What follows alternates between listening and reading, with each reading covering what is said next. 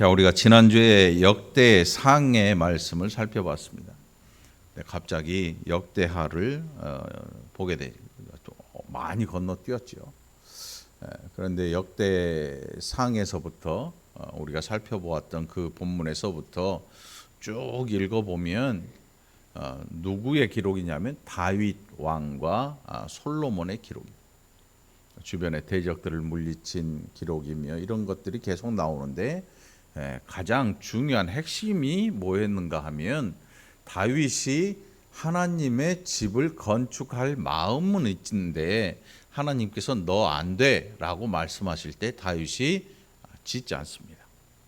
짓지 않는 대신에 어떤 일을 하냐면 모든 재료들을 준비하기 시작합니다.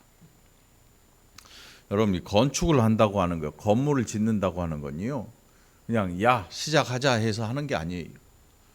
거기에는 건축을 하려면 설계도부터 시작해서 그 안에 들어갈 아주 어마어마하게 복잡한 도면들이 있어야 돼요.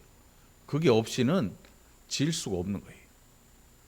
그게 없으면 나중에 짓다 보면 어떤 일이 생기냐면 야 수도는 어디로 들어오냐, 전기줄은 어떻게 할래, 나중에 집을 다 져놨는데 막 전기줄이 거미줄처럼 천장, 바닥, 수도 배관이 막 이 바닥으로 기어다니고 이런 일이 생겨요.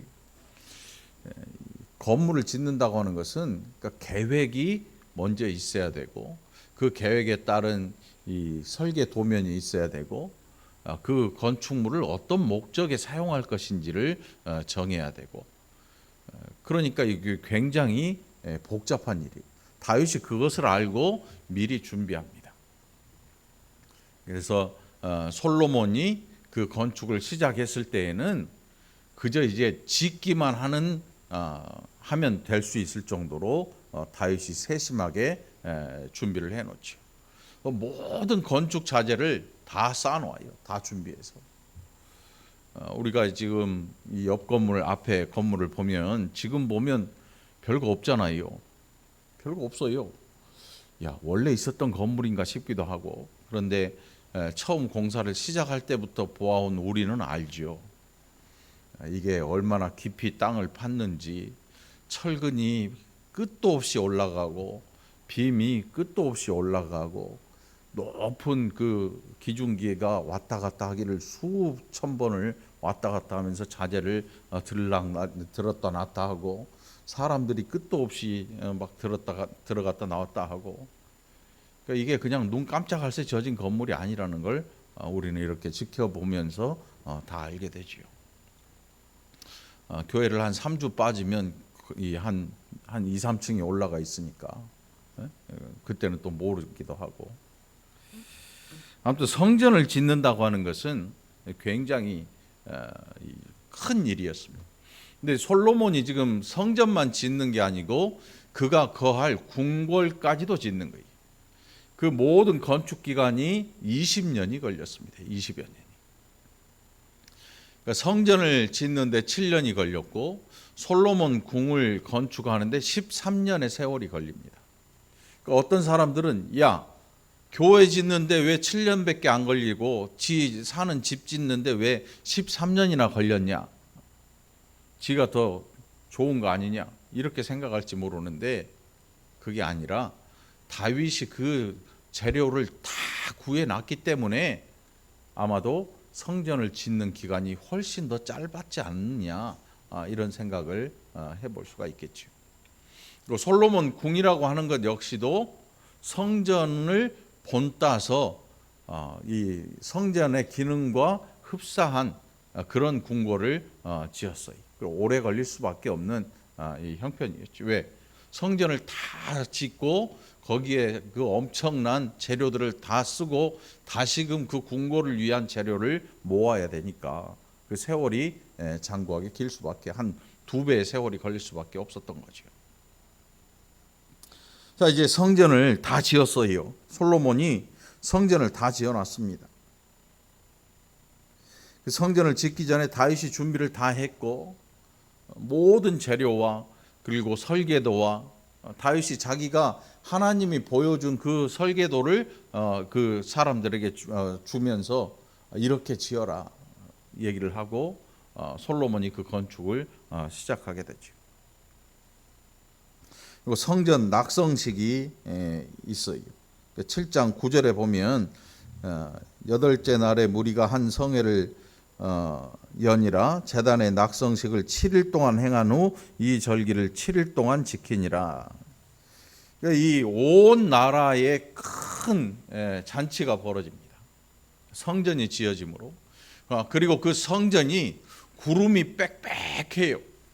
그러니까 제사장들도 두려워서 일을 못할 정도로 솔로몬이 그 성전을 향하여서 선포하고 또 하나님께서 그 성전에 임재하시는 모습을 이 역대하에서 그리는 것을 보게 됩니다. 솔로몬 시대에는 정말 부요가 부요했어요. 부요하다는 표현이 맞지 않을 정도로 어마어마한 부가 솔로몬 시대에 존재했습니다.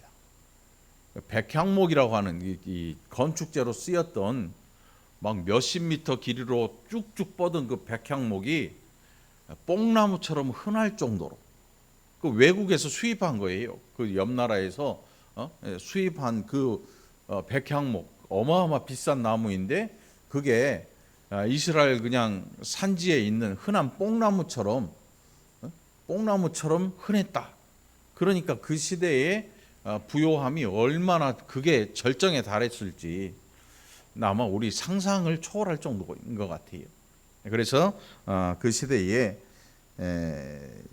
제단에 드려진 번제물과 소제물 그리고 거기에서 흘러내린 기름들 이것을 헤아릴 수 없을 정도로 그리고 천번제라는 이름이 어디서 나왔냐면 솔로몬 시대에 등장합니다. 천번제, 일천번제. 어떤 분들은 1000일 동안 번제를 한다 그래가지고 그렇게 알고 계시는데 그런 내용이 아니고 1000마리의 희생 짐승을 하나님 앞에 한꺼번에 드리는 거예요. 1000마리를 양이든 소든 1000마리를 동시에 드리는 거예요. 그러니까 그 제사장의 수나 그 재단의 그 규모나 이런 게 어느 정도로 컸는지 살짝만 상상을 해도 1000마리 그러니까 며칠 동안 그 희생이 계속되어지는 거지. 며칠 동안. 그게 일천번제라는 거예요. 솔로몬 시대에 그 일천번제라는 이름이 등장하죠.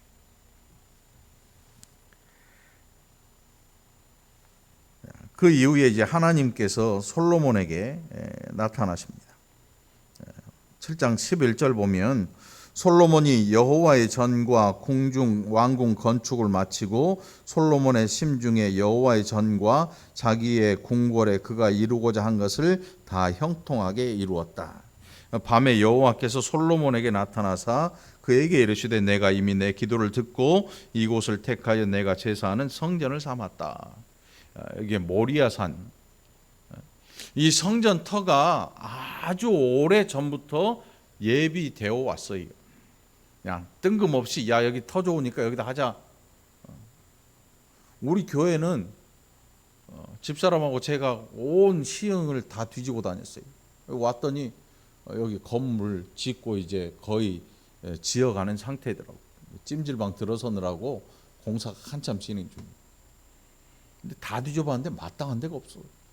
근데 권금자 권사님이 대야동에서 여기 이사 오면서 목사님 월곶에 한번 와보세요. 그래갖고 와봤더니 이 건물이 있더라고. 그래서 들어온 거야.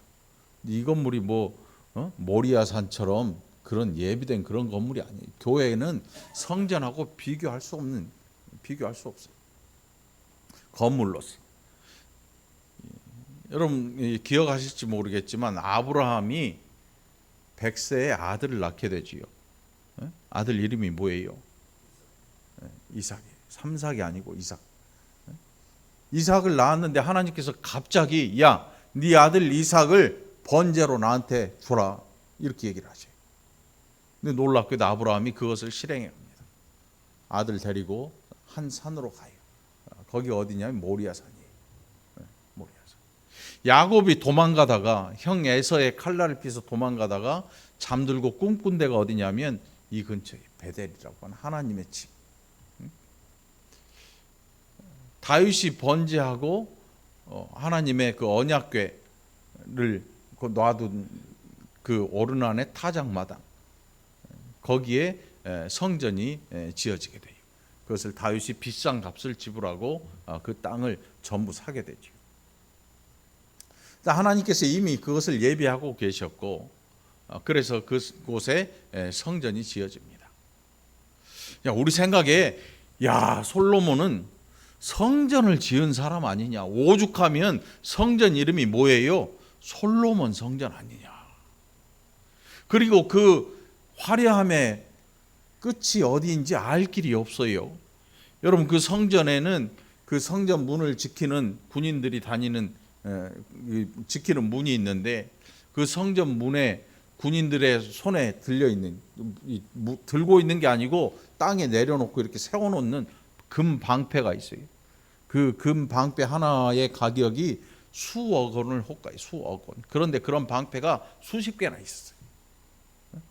수십 개나. 그러니까 그 화려함의 극치, 끝을 잘 알 수 없을 만큼 수많은 금이 들어가고 은도 들어가고 엄청난 이 재물이 들어갔죠. 놋이라고 하는 게 요즘은 우리가 뭐 집에 놋숟가락도 있고 뭐 전기줄도 다 동이고 놋이라고 하는 것을 흔하게 볼 수 있어요. 그런데 고대에 놋이라고 하는 것은 정말 귀한 재료였어요. 서민들은 꿈도 못 꿔요. 서민들은 꿈꿀 수 없는 재료가 놋이에요. 오죽하면 농기구가 철인데 그것을 함부로 만들 수도 없어요. 그러니까 나무로 농기구를 만들어 쓸 정도로 다 금방 닳아지잖아요. 요즘은 한국사람네 밭에 가면 낫 부러진 게 흔해 빠졌어요. 여기저기 막 일하다 잊어먹은 거 밭 한 바퀴 휘 돌면 낫 한 서너 개 주워와. 근데 녹이 서러. 근데 고대에는 그런 낫 한 자루를 구하려면 어마어마하게 힘들고, 그거 하나면 정말 동네에 옛날 한 우리나라 60년 70년대 자가용 한 대 있는 것 같은, 텔레비전 한 대 있는 것 같은 그 정도의 귀한 거였거든요. 근데 그런 놋들이 성전에 흔해 빠진 거예요. 다 놋으로 입히고 금으로 싸고 그 금을 때려서 펴서 만들고, 오죽하면 이 보물을 찾아 사냥하는 보물 사냥꾼들이 솔로몬 성전의 보물이 어디 있을까 영화를 만들 정도로 어마어마한 보물이 그 곳에 있었다는 거죠. 자, 우리 생각에는 솔로몬이 이렇게 엄청난 성전을 건축했으니까 솔로몬 정말 대단하지 않냐? 대단하지 않냐? 이렇게 생각해요. 그런데 놀랍게도 이 화려함의 극치를 달렸던 솔로몬 성전의 사용 기간이 몇 년이냐면 400년. 400년. 여러분, 이 정도의 성전이면 몇 년 사용해야 되겠어요? 4,000년은 써먹어야지. 4,000년 적어도. 그런데 사용 기간이 400년이에요. 400년 후에 어떻게 됐냐면 아예 거의 폐허가 되다시피 해버려요. 폐허가. 성전 안으로 여우가 지나가고 짐승들이 지나가고 똥 싸고 오줌 싸고 다 하고 그런 완전 폐허가 돼버려요. 그 이유가 뭐냐 하면 하나님께서 버리셨어요. 그 버리시면서 그 백성들은 어떻게 됐냐면 나중에 바벨론이라고 하는 거대 국가의 포로들로 다 잡혀가게 돼요. 포로로. 우리 생각에 교회는 그럼 어떨 것이냐? 교회라고 하는 건물, 교회라고 하는 건물은 100년 쓰지 못해요. 물론 뭐 몇백 년 된 교회들이 있긴 하지요. 외국에도 있고 우리나라에도 아주 오래된 복음 초기에 지은 그런 교회들이 모습을 남겨놓은 그런 교회들이 있기는 한데, 그렇다고 해서 그게 400년, 500년 갈 것 같지는 않고 아마 나무를 다 바꿔주든지 뭐 어떻게 해야 될 것 같아요. 자, 그렇게 힘들어 했는데 400년 쓰고 문을 닫아요. 그리고 두 번째 등장한 성전이 뭐냐면 우리가 학계 선지자가 이야기하는 수룹바벨 성전이라고 해요. 그게 두 번째 성전이에요. 수룹바벨 성전. 그 성전은 솔로몬의 성전에 비해서 아주 형편없어요. 값으로 따지자면 초호화 빌라와 그냥 동네 빌라 정도의 차이예요. 아무것도 그냥 있는 재료로 뚝딱뚝딱 만든 그런 성전이에요. 그런데 하나님께서 이전 성전보다 지금의 성전의 영광이 더 클 거라고 말씀하셨는데 그것도 나중에 없어져요. 그것도 나중에 다 망가져 버리고 하나님께서 버리셔요. 그 버린 성전, 그래 다 망가진 성전을 헤롯이라고 하는 로마의 식민지 하에서 헤롯이라고 하는 사람이 와서 정치적인 목적을 가지고 유대인들을 위해한 게 아니고 자기의 정치적 목적을 이룰 심산으로 성전을 보수해서 사용하는데 그것을 헤롯 성전이라고 그러죠. 그 제 세 번째 성전이라고는 안 해요. 두 번째 성전, 수룹바벨 성전까지 두 번째 제2 성전이라는 말을 쓰고 헤롯 성전을 제3 성전이라고 안 해요. 수리해서 사용했으니까. 근데 그 헤롯 성전마저도 나중에 디도라고 하는 로마 장군에 의해서 다 회파되고 무너지고 그 성전에 아주 정말 기가 막힌 일이 어떤 일이 일어났냐면 그 성전 안에서 성전 안에 이방 신상을 세우고 그 안에서 매음을 행할 정도로 음란한 행위를 해요. 그 스룹바벨 성전이 나중에 멸망할 때 그 성전이 그래서 끝나요. 그 디도가 완전히 멸망시키는데 그 멸망시키는 와중에 요즘 남아있는 게 통곡의 벽이라고 하는 그게 남아있잖아요. 벽만 남아있어요. 그게 왜 남아있냐면 그것만 그냥 남은 거야. 그게 유대인들이 세운 벽인데 헤롯이 세운 그 성전의 벽들은 뭘로 입혔냐면 금도금을 했어요. 금을. 근데 그 불나면서 금이 녹잖아요. 불에 타면서 금이 녹아가지고 이 돌 틈 사이로 끼니까 그 금을 꺼내기 위해서 이 벽을 다 해체를 한 거예요. 성전 벽을. 그래가지고 금만 쏙 빼갔어요. 그러니까 성전에 남은 게 아무것도 없지. 벽을 다 없애버렸으니까. 그러니까 유대인들이 처음 세워놨던 그 벽만 남아있는 게 그게 통곡의 벽이라는 성전 벽이라고 해요. 안 가봤지만 읽어보니까 그렇더라고. 그러니까 이 오늘 영원한 성전은 없어요. 영원한 성전은 없어.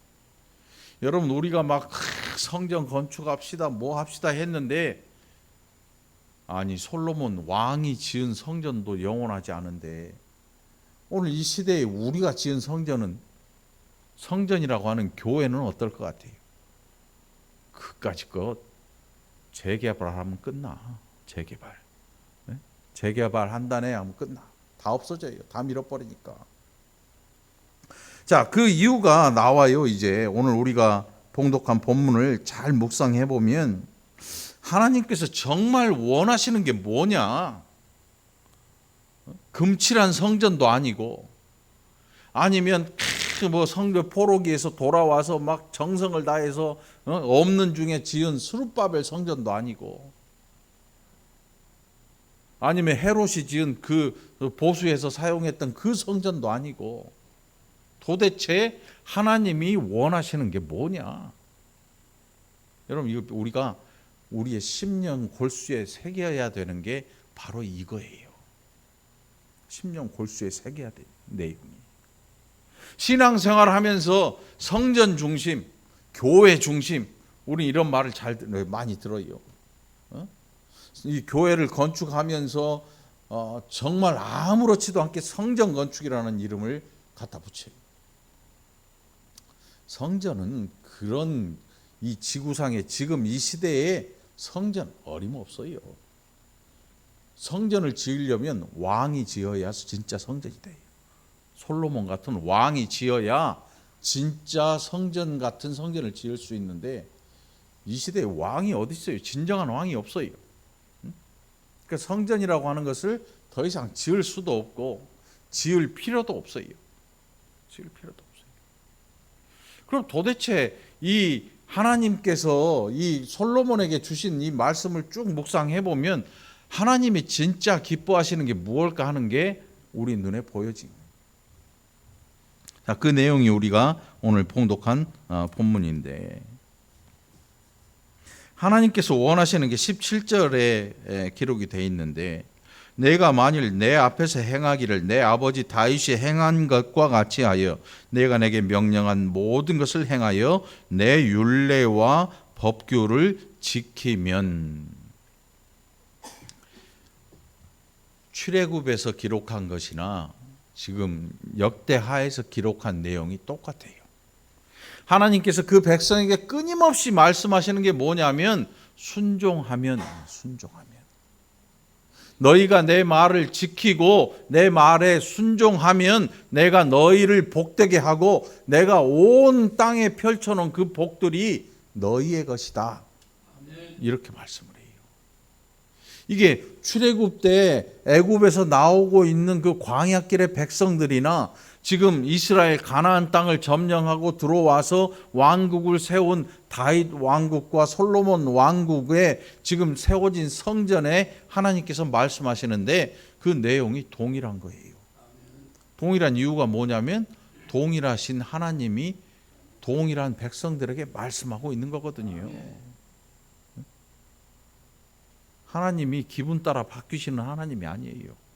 우리는 기분 따라 바뀌어요.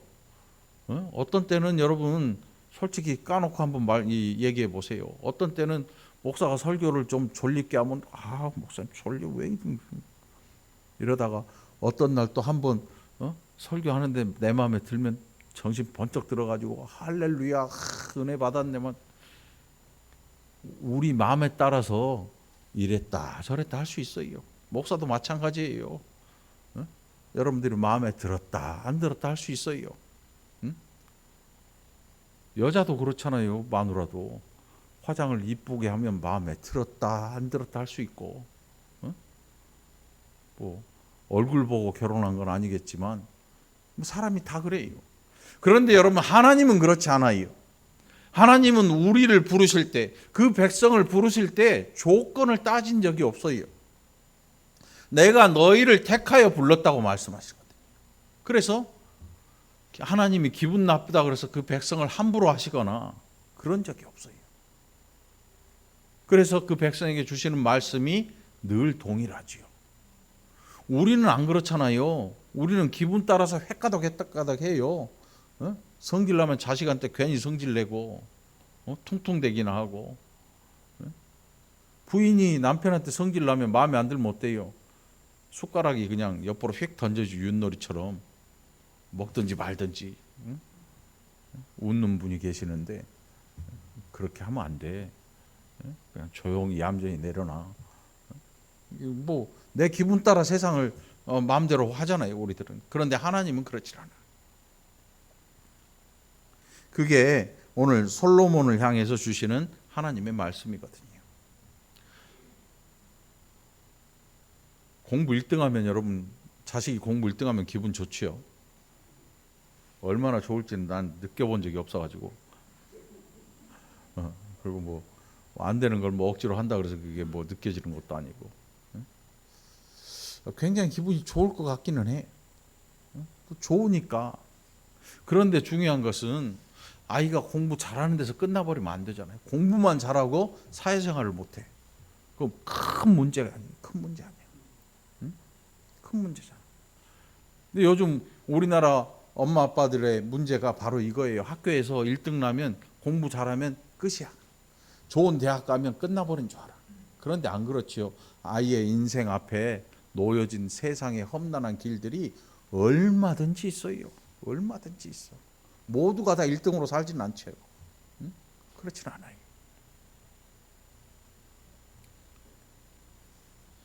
아이에게 중요한 것은 지금 1등이냐 2등이냐 이게 중요한 게 아니고 사회에 들어가서 사회의 한 구성원으로 제대로 된 사회생활을 할 수 있을 것이냐, 이게 중요한 거예요. 건강한 사회인이 될 것이냐, 아니면 적응하지 못하고 혼자 우울하게 시달리다가 인생을 마치게 될 것이냐, 이거 굉장히 중요한 문제거든요. 우리가 생각할 때 솔로몬이 성전을 건축했어요. 야, 그 정도면 끝난 거 아니야, 하나님 앞에서? 그런데 놀랍게도 하나님이 그렇게 말씀하시지 않고 뭐라고 하시는가 하면 19절에 보니까 그러나라는 단어가 나와요. 그러나. 아니, 신앙생활 열심히 해가지고 교회 멋지게 지어놨어요. 이제 다 끝났다고 생각했는데 하나님이 뭐라고 하시냐면 그러나 이렇게 말씀해요. 그러나. 그런데 이 그러나로 시작되는 말씀이요, 많아요. 엄청 많아요. 이스라엘 백성들이 가나안 땅에 들어왔을 때도 그랬고, 출애굽할 때도 그랬고, 중간에 모세에게 하나님의 법을 주실 때도 그랬고, 하나님의 백성들이 광야길을 갈 때 주변 나라들이 두려워 떨어요. 길을 다 비켜줘요. 함부로 덤비지도 못해요. 왜? 하나님께서 주변 나라들의 두려운 마음을 심어 놓으신 거예요. 두려워서 야, 광야길 저 지나가는 이스라엘 백성들 뭐나 좀 뺏어오자 마음도 못 먹어요. 무서워서. 더 오래전에 야곱도 그랬거든요. 12 아들들 데리고 집에 가는 중에 주변 마을 고을들로 두려워 떨게 만드셔요. 아무도 대적 못해요. 이게 하나님의 백성이거든요. 그런데 그러나로 하신 말씀이 반드시 존재해요. 그러나. 자, 그러나의 내용이 뭐냐 하면 너희가 만일 돌아서서 내가 너희 앞에 둔 내 율례와 명령을 버리고 가서 다른 신들을 섬겨 그들을 경배하면 내가 너희에게 준 땅에서 그 뿌리를 뽑아내고. 여러분, 뿌리를 뽑아내는 게 무슨 뜻이에요? 근원을 말살하겠다는 거예요. 그 근원을 아예 없이 해버리겠다. 이 무서운 거예요. 뿌리를 뽑아버려요. 네? 뿌리를 뽑아. 아무리 큰 나무도요, 땅에서 뿌리가 뽑혀버리면 죽어요. 저 강화에 우리 동기 목사님 새로 부임한 교회가 있는데 몇 주 전에 가가지고 제가 그 고장님이 저 쓰라고 준 전기 톱이 있어요. 이만한 거. 그걸 어깨에 쫙 메고 람보처럼 갔지요. 차에다 탁 싣고 람보처럼 가. 목사님, 그 나무가 어디 있습니까? 저 뒤에 있대요. 가봤더니 한 30m 된 잣나무가 거기에 쓰러져 있더라고. 뿌리가 뽑혀가지고 죽었어요. 벌레가 다 먹고. 그 떡볶이처럼 동강 잘라가지고 옆에다 다 싸주고 왔지, 같이. 잘 말려놓으라 그랬지. 난로에 뗀다고. 내 거니까 자르러 갔지. 내가 뭐 그 교회에 뭐 좋은 일 났다고 내가 그냥 잘라주겠어. 잘 마르고 있어요. 아무리 높은 나무도, 아무리 영원할 것 같은 그 나무도요, 넘어져서 뿌리가 뽑히니까 끝나더라고.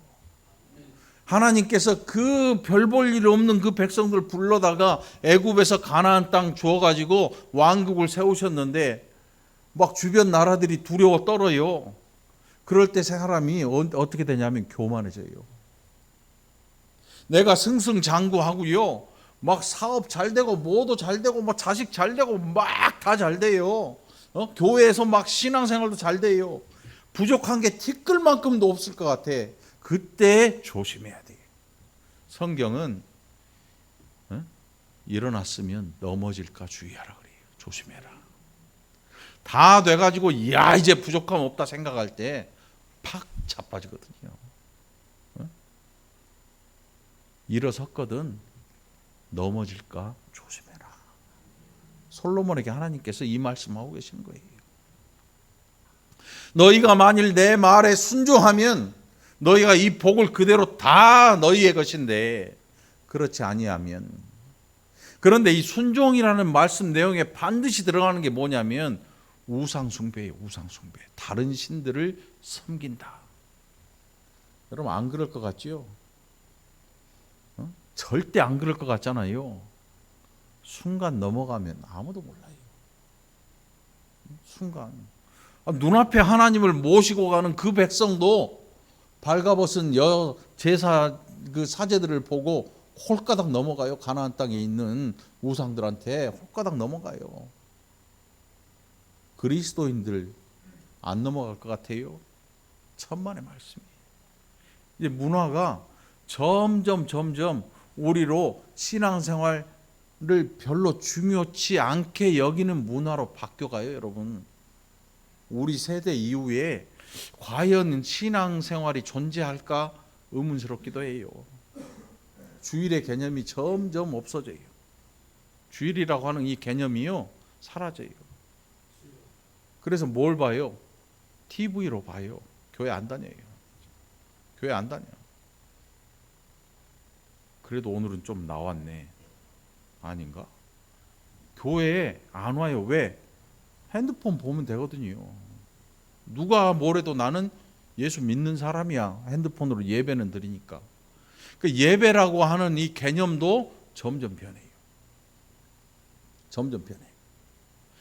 우리 시대에는 신앙생활을 하려면 교회에 출석을 해서 이 딱딱한 나무 의자에 앉아서 정신을 바짝 차리고 목사의 설교를 듣고 함께 찬양하고 기도하는 이런 일련의 내용들이 있을 때 신앙생활을 한다, 이렇게 얘기를 해요. 아멘.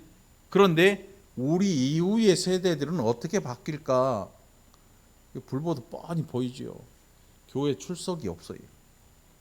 출석하지 않아도 얼마든지 신앙생활이라는 걸 할 수 있는데, 그 신앙생활을 어떻게 하냐면 디지털로 하는 거예요. 디지털, 여러분 눈으로 보면 또 이 시대의 사람들이 친구가 많아요. 근데 그 많은 친구들의 정체가 뭐냐면 디지털이에요. 팔로워라 그러죠. SNS나 이런 거. 얼마나 많은 사람이 나이가 올린 것에 공감을 해주고 좋아요를 누르고 댓글을 달아주고 팔로워가 몇백만 몇만 명 뭐 이런, 이게 다 자기 친구들인 줄 알고 자기의 교제하는 사람들인 줄 아는데, 여러분 천만의 말씀이에요. 신앙생활 때 그렇게 하는 사람들 많아요. 지금 점점 이 교회라고 하는 이 중요성이 점점 사라져요. 그리고 보이지 아니하는 사이버 공간에 교회가 존재를 해요. 나중에는 진짜 사이버 교회를 다녀야 될지 몰라. 신학교에 신학생이 한 절반 이하로 줄었어요. 그 일반 신학교들이 미달이 돼가지고 학생이 없어, 신학교가. 그래서 신학교들이 없어져.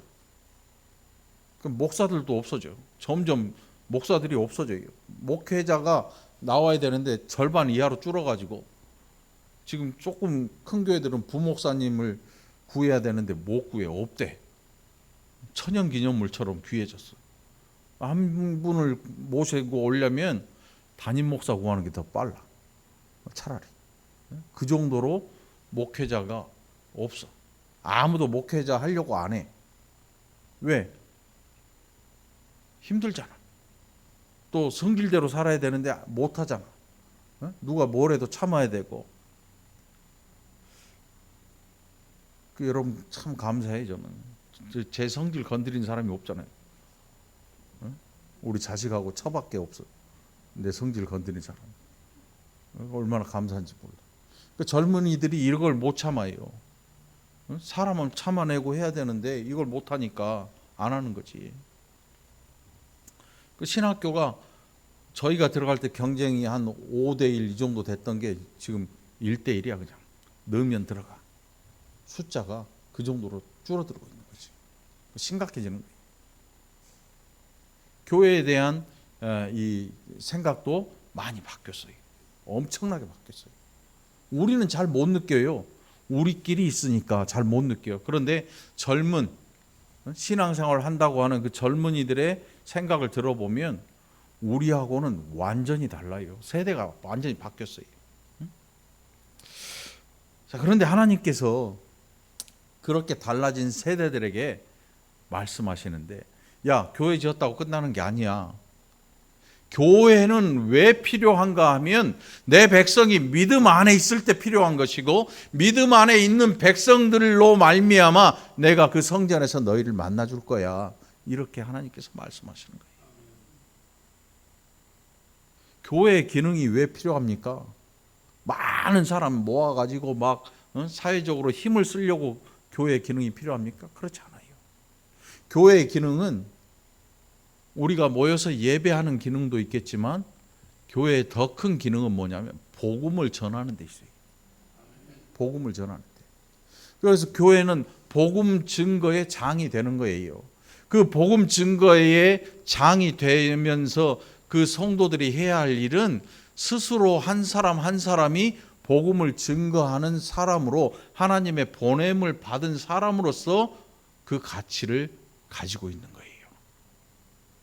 교회는요, 막 이 상업적인 내용으로 홍보를 하는 그런 단체가 아니에요. 교회는 상업적인 이런 모습을 가지면 안 돼요. 그래서 여러분 한 사람 한 사람이 그리스도를 증거하는 하나님의 이 광고판이라고 생각하면 되죠. 제일 쉽게 이야기한다면 우리 한 사람 한 사람이 성령이 거하시는 성전으로서 세상 속에서 하나님의 은혜를 선포하는 자들이 되는 거예요. 그게 교회의 가장 기본적인 이 목적입니다. 하나님께서 우리를 모으시고 우리의 예배를 받아 기뻐하시고 하는 모든 일련의 내용들은 뭐냐면 순종하는 백성들로 말미암아 기뻐하시겠다는 거예요. 순종하는 백성들.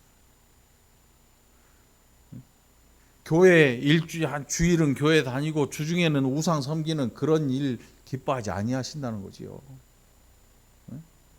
우리 시대에 뭐 특별히 뭐 섬기는 우상이 없잖아요. 깎아 만든 이런 게 없는데 그런데 있어요. 뭐냐면 만몬, 돈. 재화라는 만모니즘이 그게 뭐냐면 물질이 최고의 신이에요. 러시아, 우크라이나 싸우고 중국, 미국 싸우고 다 돈 때문에 싸우는 거예요, 여러분.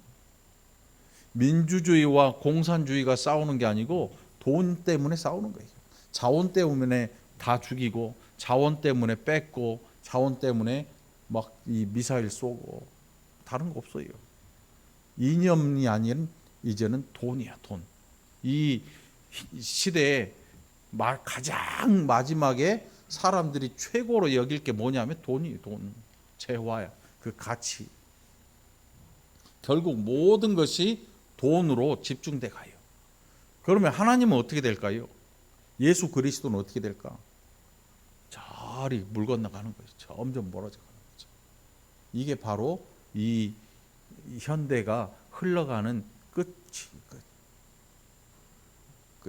전쟁도 그래서 나요. 서로 죽이고 하는 일도 그래서 생겨요. 모든 것의 끝에 뭐가 있냐면 돈이 존재합니다. 여러분, 이 시대에 예수 믿는 게 얼마나 힘든지 아십니까? 엄청나게 힘든 일이에요. 여러분들은 그 힘든 일을 지금 하고 있는 거야. 불편한 일들이 얼마나 더 일어날지 아무도 몰라요. 하나님께서 솔로몬에게 말씀하신 것처럼 너희가 순종하지 아니하면 내가 너희를 뿌리채 뽑아버리겠다. 이렇게 말씀하시죠. 내가 너희를 위해서 베풀어 놓은 모든 복들은 오히려 너희에게 저주가 될 것이다. 이렇게 말씀하시죠. 이 성전을 내 앞에서 버려 모든 민족 중에 속담거리와 이야기거리가 되게 하겠다. 우리의 생각을 아예 생각조차 못하는 그걸 하나님은 하시겠다는 거예요. 아니 어떻게 그 거룩한 교회를 어떻게 이렇게 부셔버려요? 거룩한 교회를 어떻게 이렇게 할 수가 있어? 성전도 버리셨는데 성전을 버리신 이유가 뭘까요? 사람 때문에 버리신 거예요. 성전이 인테리어가 안 좋아서 버리신 게 아니고 사람 때문에 버리신 거예요. 그러니 교회는 더하면 더했지요. 사람이 교회에 성도답지 않으면 하나님께서 교회 버리시는 거는 일도 아니야, 여러분. 그 엄청난 성전, 피 흘림의 제사를 드리는 성전조차도 버리셨는데, 예? 이제 우리가 이 심령 골수에 새겨야 될 게 뭔지 아시겠지요? 교회가 아닌 성도들이에요. 성도들. 여러분의 마음속에 서로 사랑하라는 그리스도의 말씀이 들려지게 되기를 바라요. 이거 없이는요, 이 시대의 교회가 존재하는 이유가 없어요. 그러니까 나보다 귀한 게 누구냐면 내 옆 사람, 연약한 누군가, 그리스도 안에 있는 성도. 서로 귀하게 여겨주지 아니하면 이 교회는 존재할 가치를 상실하게 돼요. 나중에 이 솔로몬이 타락하면서 이 성전이 어떻게 변화되냐면 솔로몬의 사적인 예배당으로 전락을 해버려요. 솔로몬이 타락하면서. 밖에서 이 데리고 온 왕비들, 그 후궁들 전부 우상 하나씩 맞춰주잖아. 1000개가 넘어요. 몇천 개 돼요. 맞춰주잖아. 우상 하나씩 다 해줘요. 궁궐 안에 아예 종교 백화점을 만들어버려요. 솔로몬 성전이라고 하는 게 솔로몬 개인 예배당이 돼버려요. 기가 막힐 일이죠. 그 기능이 그 백성들이 하나님을 만나서 은혜를 받는 그 장소가 아니고 자기 개인적인 채플실, 예배실로 전락시켜버려요. 그 성전이 얼마나 무섭게 타락하는지. 건물 자체가 타락하는 게 아니고 사람이 타락하니까 건물의 가치도 같이 떨어져 버리는 거예요. 교회가 가장 가치 있을 때는 언제겠어요? 여러분 한 사람 한 사람이 하나님의 말씀에 순종하는 참된 성도가 될 때, 참된 하나님의 사람이 될 때에 이 교회는 가장 아름다운 가치를 가지게 될 줄 믿으시기 바랍니다. 그것을 위해서 여러분 헌신하시기 바랍니다. 헌신이라고 하니까 막 일이나 죽으라고 하고 하는 그게 헌신이라고 생각하면 안 돼요. 오늘 아침에도 보니까 막 짜장 볶고 청소하고 매실 막 퍼내고 열심히 일들 하잖아요. 그 정도 헌신 아니에요. 그거보다 더 정확한 헌신은 뭐냐면 말씀에 순종하는 거예요. 그러면 그 다음은 할 말 뭐 더 볼 것도 없어요. 말씀에 순종하는 자가 왜 중요한가 하면 이 교회를 교회답게 하는 사람이 되는 것이고 하나님이 주신 은혜를 진짜 은혜로 누리기 때문에 그런 거죠. 명심하시기 바랍니다, 여러분. 그래서 교회를 좋은 인테리어의 대상으로 삼으면 안 돼요. 이거도 바꾸고 저거도 바꾸고 요거 좀 뜯어서 고치고 보기 흉할 정도로 부셔진 거 뭐 이런 거 아니라면 그냥 낡아쓰고서 손때 묻은 거라면 그냥 살아도 상관이 없는 거지. 나이 들어서 얼굴에 주름이 생겨요, 여러분. 주름 생기는 거 정상이에요, 비정상이에요? 정상이요. 그런데 그걸 펴버리면 문제가 생겨. 무슨 뜻인지 알아요? 피려면 전신을 다 펴야 되는데 얼굴만 피니까 목이 드러나. 그러니까 목을 폴라를 입어. 그런데 손도 드러나. 나중에 여름에 반팔 입으면 팔은 쪼글쪼글한 할머니인데 얼굴은 20대야. 완전 인조인간처럼 보이는 거지. 자연스럽게 나이 들어가고 자연스럽게 손때가 묻는 것이고 세월이 켜켜이 쌓여지고 신앙이 켜켜이 쌓여지고 은혜가 켜켜이 쌓인 사람, 그 성도들이 이 교회 안에 존재할 때 이 교회는 귀하고 복된 교회가 되는 줄 믿습니다. 여러분들이 그런 사람이 되시기 바랍니다. 다른 사람을 귀하게 여길 줄 아는 그런 여러분이 되기를 간절히 축원합니다. 기도합시다. 하나님 아버지 감사합니다. 그 성전이 얼마나 비싼지, 얼마나 좋은 것으로 만들어졌는지 우리는 이제 그것에 관심이 없습니다. 내가 하나님 앞에 어떤 백성인지, 내가 얼마나 순종하기를 위해서 몸부림치는지, 얼마나 무릎을 꿇고 하나님 앞에 간절히 순종을 위해 기도하는지, 그것을 하나님이 얼마나 기뻐하시는지를 우리로 알게 하시니 감사합니다. 이 교회에 가득한 순종하는 백성들로 이 교회가 좋은 교회 되게 하시고 이 나라도 이 교회로 말미암아 살아나게 인도하여 주옵소서. 감사드리옵고 예수님 이름으로 간절히 기도합나이다. 아멘.